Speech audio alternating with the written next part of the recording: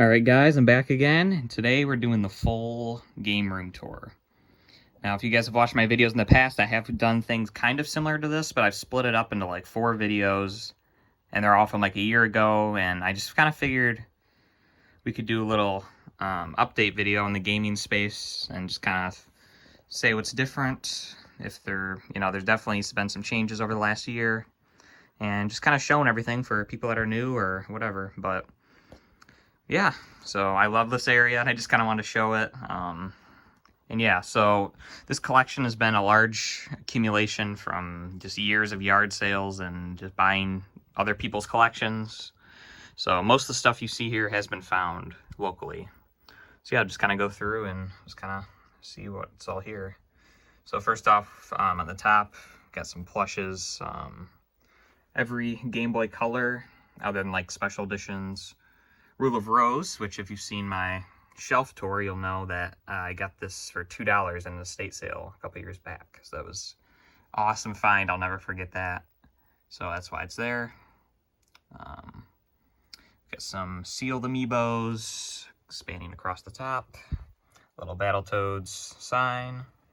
Some loose amiibos, as well as some loose Sega Genesis games. There is more of these, but these are just the ones here. I've kind of ran out of room, so some things are kind of broken up a little more than I would like, but hey, it's still pretty awesome.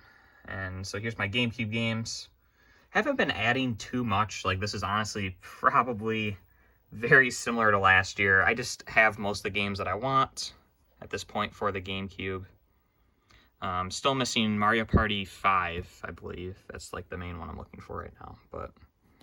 And just like Kirby Air Ride would be nice to get Black Label and a few of these other ones. But yeah, we got a few of the Game Boy Player discs. I'm glad I've had these for a long time, so I'm glad I've kept both of those before the price really shot up on them. I literally just have one because it's mint, and then the other one's like a little beat up, so I can just feel more comfortable using it. Here's my Wii games. Again, I have not been collecting for the Wii really. Just basically, it's kind of been what it is. But I like this is like one of the systems I grew up with, and I really think some of these games are stellar, especially the Mario games, obviously. But yeah, so there's like a lot of the Wii stuff. It kind of wraps down here. A lot of these are sealed, actually. So like the Wii Sports Resort is sealed, but yeah, again, pretty good system. The Wii U, not a huge library. Has every collector system. Going for a full set. I don't really find it very much. As you can see, I don't got too many games here. I mean, I'll just keep accumulating. I kind of just, whenever I get a Wii U game I don't have, I kind of just throw it on the shelf. Even if it's something stupid like Barbie Puppy Rescue, we'll keep that and just slowly maybe build up to a set one day, but I doubt it. We got some Super Nintendo games. Definitely got some more of these since last year. Yeah, Mega Man X2 probably being the best one there.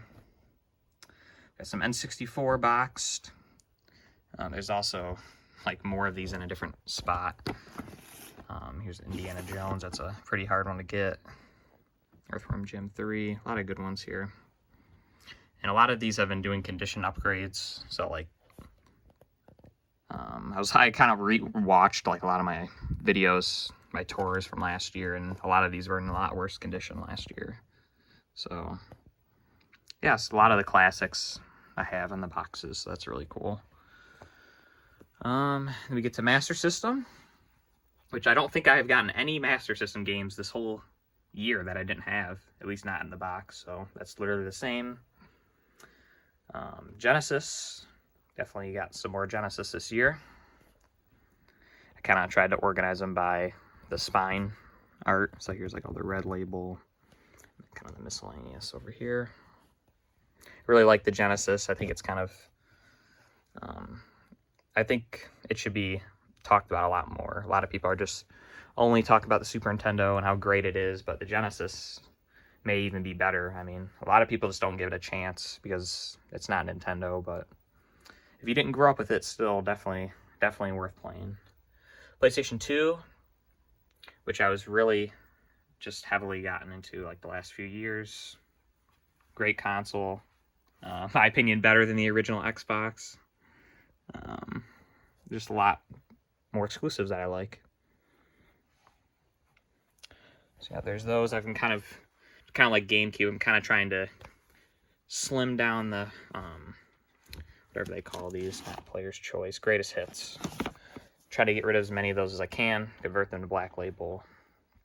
But sometimes it's weird. Like, you think Sly Cooper wouldn't be hard to find Black Label, but I don't know, I just haven't come across it. Not saying it's rare, but just weird stuff like that sometimes happens.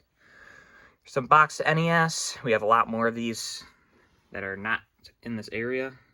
We'll show later. These are actually kind of the junkier titles that I have in the boxes.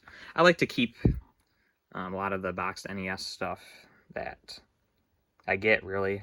Like, a lot of these systems, like PS2, like, if I really don't care about the game, like, I'm probably just going to sell it off. But NES, if it's in the box, there's a high chance that I'm going to keep it if I don't have it.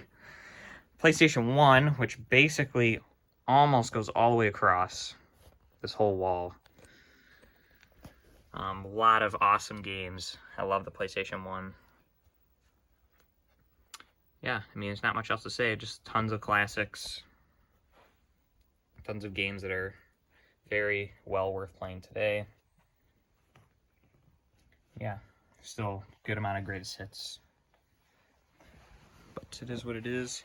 A lot of times I'll get like a Black Label. I think Sly is actually one of these, where like I'll get a Black Label copy that's really beat up, and then I'll have a player's choice or greatest hits or whatever that's super clean.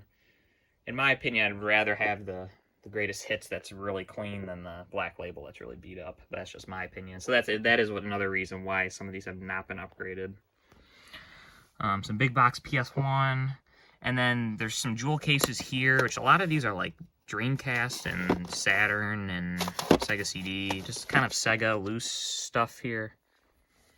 On to our Dreamcast, which in my last tour I told this story, but I'll tell it again. Literally, probably 85% of these were from Salvation Army, probably 4 years ago now, a while ago. But for 10 cents a piece, because I thought they were CDs. And I found them in the CD area, and it was very exciting. They were all spread out through it, too. I had to, like, find them all, but I got them all, and I still got them to this day. Some loose, I think all of these are Sega CD, and then Dreamcast is those thin ones. I don't know why they're mixed up. There's actually more later on, too. Super Nintendo, kind of just went like this, instead of going all the way across the room, just because there's not as many of them. Obviously, great console, many classics to be had here. Definitely one that I will play very often, especially for like retro systems. It seems like I'm always playing the Super Nintendo as well. A lot of I know it's gonna be really hard to see the titles, but Pilot Wings, like there is definitely some overflow. Like here's some more boxed N64. Here's some like import stuff, so like Super Famicom, a few Mega Drive games. So pretty cool. I guess we'll go back down here. Just keep going along. PlayStation 3. I like to sort these by the tops of the spine. So these are the earlier games, these red spines. Then they move to these black ones. And I separated the move titles as well as the greatest hits. I don't know, that seems to be a theme with me. I like to separate stuff for how it looks. Like you'll see later on with my Atari games, I don't do... A lot of people say, why don't you have them alphabetical? And to me, it just seems more like a chore when I'm either getting a game or like taking a game out and putting it back. It's just like, oh, where does it go? It's like now I have to like count through the alphabet and figure it out. I used to have them alphabetical like years and years ago, but I don't know. To me, it's just more, I don't really care. I know what game I'm looking for, so I just go to PlayStation 2, scan through them, and once I find it, a lot of them I've like memorized where they're at, which is kind of funny, but I don't know. I just don't see much of a point to alphabetize them. But a lot of people, you know, it just depends on how you want to collect, I guess. PlayStation 4. Definitely still missing a lot of key titles here. But I have a lot of the ones that I do like. Like most of those games I really like. And then as well as the VR, a lot of VR games, which I'm definitely a fan of, the PlayStation VR. I have not gotten the VR 2 yet. I'm kind of waiting for a sale. I don't know if it will ever happen, but eventually I will probably end up buying one. But I don't know, it hasn't been much titles really for it. And speaking of the PlayStation 5, here it is. Again, not a ton of games, but yeah, just basically what I like.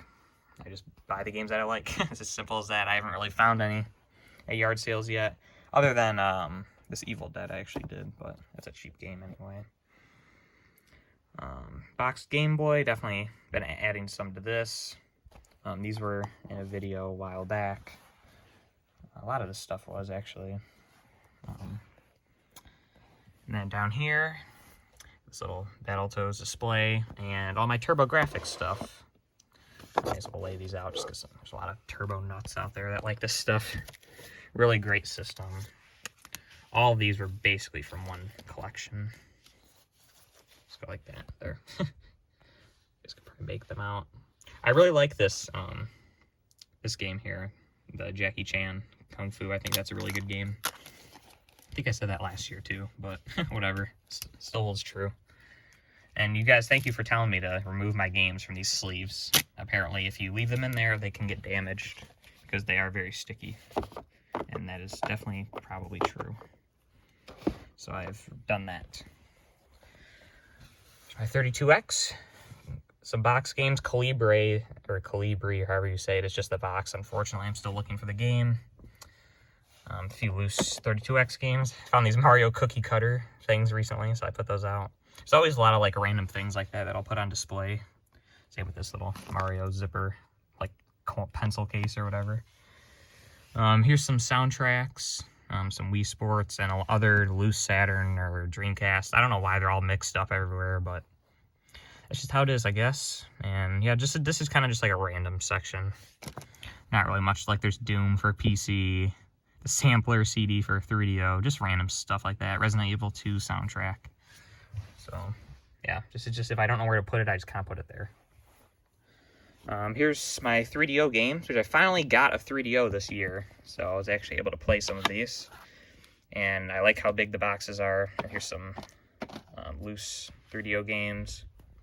A few big box, like IBM PC games. I used to have those on display, but I don't anymore. Here's Switch games, which definitely one of my favorite systems ever made. But you know, just kind of a lot of the Nintendo titles. There's some cool stuff in here, but nothing like insane. Just some more like random big box stuff. I got these two. I think, yeah, there was a video about this, the Vampire Knight and Time Crisis 2. Those are awesome. Moving up here, we got original Xbox, which out of any of these consoles is definitely my least played. I have a lot of games for it, but I don't know, I just don't feel inclined to sit down and play them, a lot of them, but I still think it's kind of fun to collect for just because of how cheap it is. And the games are really good. It's just, a lot of times I'll just play the games on PS2 if they're on both, just because I prefer the controller pretty much. But yeah, so pretty big original Xbox collection. Xbox 360, which I think is Microsoft's best console. There's a lot of those games, a lot of just, you know, the classics. Nothing crazy there. And then Xbox One and Series X, I guess. I mean, not really. I mean, they just haven't... Kind of disappointed with the Series X, I'm not gonna lie. Other than Halo. The exclusives have just not been very good. Or they just have not appealed to me. And there's not very many of them. So I am a little disappointed with my Series X purchase. Not that it's a bad console, but I think Microsoft needs to learn from Nintendo and Sony and their exclusives. That's all. I mean, there's just... I don't know. There just needs to be more exclusives, really. But I think it will happen. I think down the road they will start making some more killer games for this console. 3DS stuff, which I haven't been finding very much of. Which is... I'm really surprised just because of how many units have sold. I guess people aren't getting rid of it yet, but... I suspect within the next few years, this collection will grow a lot. At least I'm hoping it will. This is just like some extra Atari games that I have. This is just like duplicates, and there's a bunch of TI-99 games. I don't know why those are here. Yeah, so that's basically the wall of games. There's also this shelf over here, though. But this is a lot of Genesis overflow, pretty much. Not that it's junk. I mean, there's Splatterhouse 2 in there. I mean, here's some sports junk. The bottom of the pile isn't very good. But just a lot of just extra games that I just don't have room for on the big shelves. So I just kind of stacked them up here slowly, and they kind of accumulated that way. Sega CD. And then that moves into Saturn. And I'm pretty impressed with how many of these I've been able to build up, like, locally with selling some off. Like, there's been a bunch of games that I haven't had before that I've sold off. But yeah, again, both of them are pretty cool consoles. The Sega CD, not as much as the Saturn, but Saturn's great. N64, obviously this is a problem because you guys will not be able to see any of the titles. Let's tell this story again, I guess. But like, the best game I have is probably Stunt Racer. I got this with the first N64 that I ever bought. I was like 11 or 12, and I was at a garage sale, and it was like $20 for an N64 with like Mario Kart, this game, and a bunch of other games. And I just bought it because I, like, why not? And I'm glad I held on to this for so many years. When I got it, it wasn't really worth much, but now it's definitely not a cheap one to get. It's probably top 5 hardest to get on the N64, just because it was a Blockbuster exclusive. That's why it's so uncommon. It's actually a pretty good game, too. Just like a nice cartoony kind of racing game. Original DS. Again, kind of hoping to find more of this. If you're wondering, I'm not a Pokemon fan. That's why there's no Pokemon games here. At least in the DS section. I just don't really care for them, didn't grow up with them, and they're worth a lot of money, so I just sell them, pretty much. Big box PlayStation 1. I love to find these. Don't really find them too much, but when I do, it is pretty cool to be able to add some stuff to there. These are all VIS games, which I'm assuming you probably have not heard of, unless you're insane like me, but it's basically just like a failed educational console. This is actually almost a whole set, and I think I'm only missing like 5 or 10 games. Again, this is all one lot. Like, I'm not really collecting for it, but like, if I saw games I didn't have, these are all sealed, by the way. Most of these in the boxes are sealed. But yeah, just kind of an interesting part of my collection. And I'm glad I almost sold them, but I didn't, and I'm very glad that I didn't, because it's just kind of a cool thing to own. I do have the console, which I'll hopefully show later on. It's going to be kind of hard to show, but this thing rotates. This is like all my NES games that I'm going to show right now. But this shelf rotates with all my NES games. So 3 sides are Nintendo games. I have like 500 something unique titles, so I'm not too far off from a set. Not too far away. We got some Overflow NES down there. And then this is the side I really wanted to show. It's my Jaguar collection. I'm a big Atari guy, as you will see soon. And yeah, I just got a lot, actually, of Jaguar stuff, so I was able to add a good amount of games here. Again, I'm very close to a Jaguar set. I believe I'm missing like 4 games, something like that. This is a whole Jaguar CD set complete. I believe there's 12 games or whatever. But that is a full set, so that's awesome. Loose Jaguar. And these are just empty boxes down here. They're just spares because they were nice and I didn't want to get rid of them. Yeah, and the NES, I'm not really going to be able to show all the titles, but a lot of good stuff here. And there's like a lot of the unlicensed. These are some of the more collectible games, I guess. Right here. So yeah. Let's show the actual setup now. Take a break from games. So this is kind of how it looks. We've got a couch and some TVs with some systems. So these shelves are from, I believe they're from Menards, but they're basically the IKEA kind of square shelves. And I decided to use them as an entertainment center, and it was literally one of the best decisions I ever made. I used to have like 2 older style entertainment centers next to each other, and it just looked really cluttered, and this was just awesome. I'm so glad that I decided to do that. Before we get to that, there's a few nooks and crannies over here. Just some like pre-order bonuses. Top of the speaker. And there's some loose Genesis games, as well as Master System games. And then this is all like memory cards and remotes and other accessories, rumble packs, stuff like that. A lot of cool stuff in there. But yeah, anyway, this is the actual setup. So first of all, I have upgraded. Finally start talking about things that are new this year. This receiver is new. It was an older woman selling it on Marketplace, and she said she'd put it in her closet or something and didn't know if it worked, so she sold it for $10, and I picked it up because I've been looking for a receiver that had HDMI support. And luckily it did work. And the reason I wanted HDMI, which we'll get to later, is the Sony XBR over there only has DVI, which does not carry audio. So any HDMI consoles that I had hooked up to that had no sound. So anyway, long story short, I needed this to get audio from that TV. So that's really the only reason I upgraded. On top of it, we have a Genesis Sega CD Model 2 and 32X set up here. Below that, original Nintendo. So I'm going to name all the systems just to try to mitigate confusion here that are hooked up to this standard definition Sony Trinitron CRT, which I have a whole standalone video on this TV and the XBR down there if you are interested in learning more about them. This video is basically just a quick overview, and by the way, this is not this video is not going to show not even near my whole collection, because a lot of it's just in bins. I have a storage room and a lot of it's just packed away. This is basically the stuff that I actually use or is on display, and yeah, just basically in my setup where I play video games every day.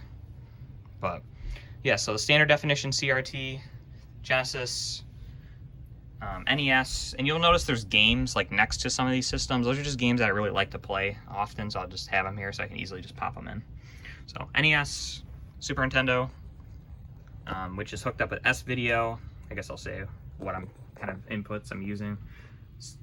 Genesis is using RGB, which I'll explain how I'm doing that on this TV that does not have RGB. Dreamcast with RGB. Original Xbox with components. N64, S-Video. I've not modified any of these systems. I don't know, I'm not a big fan of modification to consoles.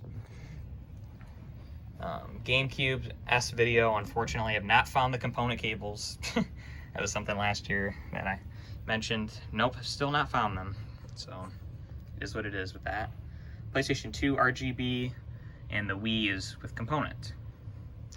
And any of these systems are switched between with this monstrosity. Well, there's also this N64 drawer as well, which is full of games, but that's besides the point. This was very confusing to explain, and basically I'm not going to explain it other than all of these switch boxes are linked together and allow me to choose what TV the consoles are displayed on and what console is being displayed on the TV. Oh yeah, speaking of, I just saw the label. There's a TurboGrafx and Saturn that are also down there that are hooked up to this TV as well. So there's a lot of consoles hooked up to this TV, but they are all linked here. And so the only console I'm using composite video is the NES, Saturn, and TurboGrafx. So this is the only composite, which is all this big one. But anyway, I'm not going to explain it, but everything's hooked in through here. This is the RetroTink RGB to component adapter, which is awesome. I just got this a few months ago, and it is amazing. It basically just converts RGB video to component. So that's allowed me to use things like the Sega Genesis and those other few that I mentioned with SCART cables, which will just give you better quality. And especially for the Genesis, which does not support component video, it's such a better thing to do, and I just don't want to mod it. So for me, that was the best option to get the best video possible. So yeah, this is it's kind of funny because basically no one but me would be able to like get these systems to work, because a lot of these buttons are for like audio, and some are just for video, and then some are for what, TV. So it's pretty confusing, but I know how to use it, so that's all that matters. And then this TV is new this year. I just got it maybe a month and a half ago. This, I don't know if I mentioned last year, but I've been looking for an OLED TV ever since, that supported 120 hertz ever since like the PlayStation 5 came out and the Series X. Finally found one at an estate sale. I paid, I think, $300 for it or something, which is literally like a steal for this TV. It's a Samsung, I forget the model, but basically HDR, 120 hertz OLED. Yeah, it's awesome. It's literally exactly what I was looking for, and it basically pairs perfectly with the Series X and the PlayStation 5, and I love it. It's really been amazing. It's been a big upgrade. If you're thinking about switching to an OLED TV, I definitely recommend it. It's expensive, but especially if you can get that kind of deal, it's a no-brainer. No-brainer at that price.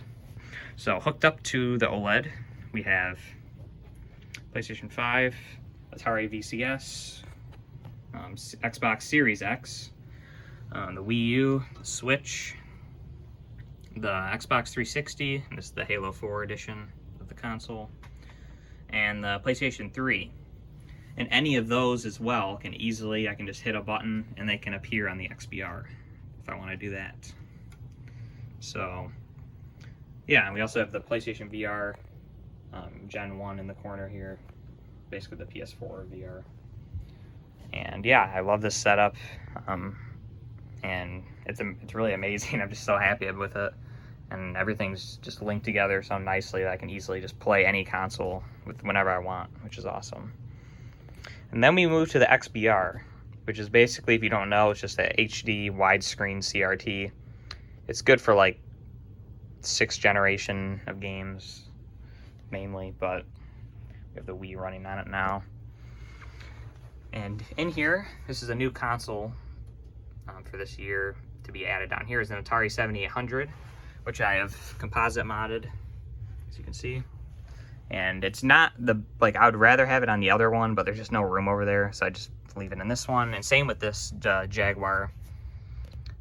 I would prefer to have it on the other TV, but there's no more cubes open, so I just have hooked it up here and it's fine. So yeah, anyway, that's really the main setup. Now I'm going to show a few of the display cases that are down here and some kiosks that I have. So yeah, let's go see it. So here's the display cases. This top one, I just have a bunch of sealed amiibo. And there are actually just 2 layers of these. But anyway, there's some GameCubes, boxed NES, which again, there's 2 layers. I used to have them displayed a lot nicer, but now I've just accumulated so many that I've had to kind of block a lot of them. But yeah, I love collecting boxed NES. It's awesome. Just a few consoles on display, just regular NES and gold N64. Just some more systems on display. I don't know, I just really like displaying the consoles. I think they look really nice. But yeah, Dreamcast, Game Gear, and Genesis with the CD. And this side of the staircase, we got a bunch of console boxes. Some of these do have systems in them, but a lot of them are just empty, and I have the systems upstairs. We're not going to show all my handhelds. I just made a video not too long ago about that. I haven't really added any of my collection, so if you want to see what handhelds I got, just watch that video. Jaguar with the CD, the remote, and some power cords, just because I didn't want to misplace them. We got an Atari 800 XL, which I actually just took the disk drive down because I was messing with it. We got the printer. We got a heavy 6er with the CX10 joystick, which are pretty uncommon to find. 7800, 5200, so that's like Atari's classic consoles there. And this is the Pioneer Laser Active, which plays Laserdisc games, as well as, in this little module here, you can play Sega Genesis or Mega Drive games, as well as Sega CD games. So, very cool system. I have the original remote, and as well as the original controllers. That was part of a big collection that I bought and I've never found another one since, so I'm very happy to have that. This is just, none of this stuff is like in use right now, but I do occasionally hook it up and just use it. Well, first of all, this is a Toshiba CRT that is basically a backup for my Trinitron. If it ever dies, I'll just pop this in its place. Hopefully that never happens, but if it does, I'm prepared. We got Atari ST keyboard because there's many Atari ST computers and monitors here. Mega ST4, Mega ST2, which I just got recently. My Apple RGB monitor, another Atari display, and some keyboards for these various machines. Here's the VIS, which I was talking about earlier for those educational, terrible games. I don't see myself ever hooking that thing up again. It does work, though. Here's my Jaguar kiosk. Again, I have a whole video on this if you want to see it. I have a PlayStation 3 kiosk. There that is, which I have not made a video. Oh yeah, I did. I did make a video on that. This is the one I have not made a video on, the Guerrilla War arcade cabinet, which I would like to make a video on just because there's not much documentation out there about it. But awesome game. Definitely recommend playing it somewhere. We're just gonna ignore all this stuff and just because this is just like, these closets are full of things that are in my collection, but like I'm trying to just show stuff that like I would actually use. So like here's my Commodore setup, which I have not put the dust cover on all the way, but I love it. I love the Commodore 64. I think this is like the best computer ever made, and yeah, it's really awesome. It's just fun to come down here, put a disc in, wait 30 seconds for it to load, and play some great Commodore games. Here's my Apple II. I made a video about getting this. Got an amazing computer. Yeah, that's really all I got to say about it. It's awesome. I did get another one of these monitors recently. It might have been my last video, I can't remember, but this one was in better shape, so this is still the original one that I got. And it's amazing. This is a shelf of Nintendo Power and other gaming magazines. I am going for a full set of Nintendo Power. Like these are all like the Nintendo Power ones mainly. And down there's some more miscellaneous. And then I have a ton of PlayStation magazines. You can't really see them. But yeah, it's pretty fun to collect the gaming magazines when you find them. Haven't found as many this year, but yeah, whenever I see Nintendo Powers, I'm always sure to look and see if I have them. I have all of my whole collection cataloged in, it's called Game Eye. It's like just an app where you can catalog your collection, and it tells you the value. So I'm not really that concerned about the value. I just more want to like be able to easily know exactly what I have. So if I'm out in the wild and I see something, I can know if I have it or not. Sometimes I forget. It gets confusing sometimes. There's also some like rock band instruments and stuff like that we'll use over here. But yeah, so that's basically most of what I'm going to show down here. But I have another setup upstairs that I like to use, and it's my Atari setup, and I will show that now. Before we head upstairs, I almost forgot to show this. Don't mind the mess on it now. I've been playing it, actually, so there's a lot of games on it, but this is my Atari home computer store display, kiosk, whatever you want to call it. And yeah, I just picked this up a month or so ago. I made a video. So again, look at my channel. A lot of these like cool pieces like this will have their own video if you want to see more about it. But yeah, here it is. I've been playing it. I just got a bunch of new 8-bit games, so I've been trying them out. And yeah, amazing computer, amazing thing. And yeah, I really like it. I have been starting to put some stuff in here, so you can see, but I definitely have some more things. I just got a bunch of 1050 drives and stuff that I'm going to be putting in there, so I can easily just pop them out and play some floppy games. But yeah, so now let's head up and see the real Atari setup. Alright, so here's my Atari setup, which I made a video about setting up this entertainment center, but I have not really shown it much afterwards. So, I guess we'll start with where we actually play the games. So, here's my beautiful vintage Quasar TV. This is the first CRT that I've ever gotten, and I love it, and I play all of these things on it. It's RF only, but it has a great picture. If you didn't know, Quasar is actually a clone of, not a clone, but a rebadged Panasonic, basically. So I guess that explains why it's actually pretty good. This is something I added recently, which I think with any really old systems like this, just to be electrically safe, you probably should do this too. I added one of these old, like, PC power supplies that you put under your CRT monitor for like your 90s PC.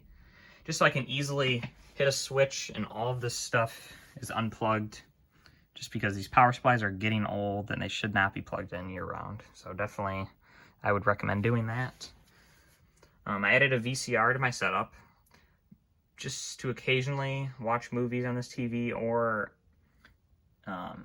have composite, basically modulation, so I can go from composite to RF. So that's something. Atari 600 XL, which the only reason I use this model is just because it's small. I really want to get an Atari XE GS. I've just never found one yet. So if I ever found one of those, I will switch this out. But for now, it's the 600 XL, which I would not really recommend these. I've had a lot of issues with the RF output. It's just really low quality, and all of them I've had have been like that. So don't buy one of these if you're thinking of playing Atari 8-bit games. Especially if your TV has composite, there's no reason to buy one of those. But it does, if you get it working right, you have to have an RF cable with a ferrite on it, and that will look pretty good. Otherwise, just don't even bother. ColecoVision, Atari 5200, which sells the pink plastic on it, which most of them do, that I find. Odyssey 2, which I actually have all the games in a little folder here, so I can just pull this down and all the games that I have are in there. At least all the loose games. And Intellivision, which I have these little sticks that I can add on the joysticks if I want to. It just depends on the game, really, if I decide to do that or not. But Intellivision, I used to always play with those. Now I've kind of switched on and off. Force Switch 2600. I used to have a heavy sixer that I would use, but I started having issues with it, and the ribbon cable died, and it was just a whole thing. So I decided to revert back to the 4-switch console 7800. And yeah, that's all the consoles that I've hooked up here. On top, I just have a few on display. The Sears Super Video Arcade, which is literally just an Intellivision made by Sears. It says Telegames on the front. And it has detachable joysticks, which is pretty cool. The Sears Video Arcade 2, which is basically a Sears 2600 that has like a 7800 shell, kind of. Very strange. Vectrex, which is also hooked up, but not hooked up to the TV, obviously, because it's its own TV. I guess I should have turned it on for this, but forgot. And got a nice stack of games there. Behind that being a bunch of Intellivision box games. Here's all my loose Intellivision games. And some active or Magic titles over there. And then we move into my ColecoVision, which is here. And then also it kind of moves over here. So there's some more Coleco goodness, which is an amazing system if you have the right controller, which I almost forgot to mention. I use this Aladdin Super Combo, which is a custom-built joystick with real arcade parts. And I use it for literally all of these consoles. And what I do, other than the Intellivision, there's a little thing right here, a little extender. I just put one of these in each console, leave it like this, assuming the joystick ports are hard to access. Like obviously in the 7800, there's no reason to do that. Then I can easily just plug it into whatever console I wish to use. So yeah, I don't even use like the original controllers on any of these, except for the Odyssey as well. But yeah, it's very expensive, but also, in my opinion, if you actually like playing these games like I do, it's very worth it. I don't regret it at all. Now we move on to the 2600 games themselves, at least the loose ones. Up here is a lot of like Sears variations. We're going to see more of those later, as well as some unique Atari published titles. There's the Atari pornographic games there in the bottom corner. The Coleco published games. So as you can see, I sort all of these by like publisher, just because they look different. So Coleco, a Magic. There's some more. There's a Supercharger with a few games.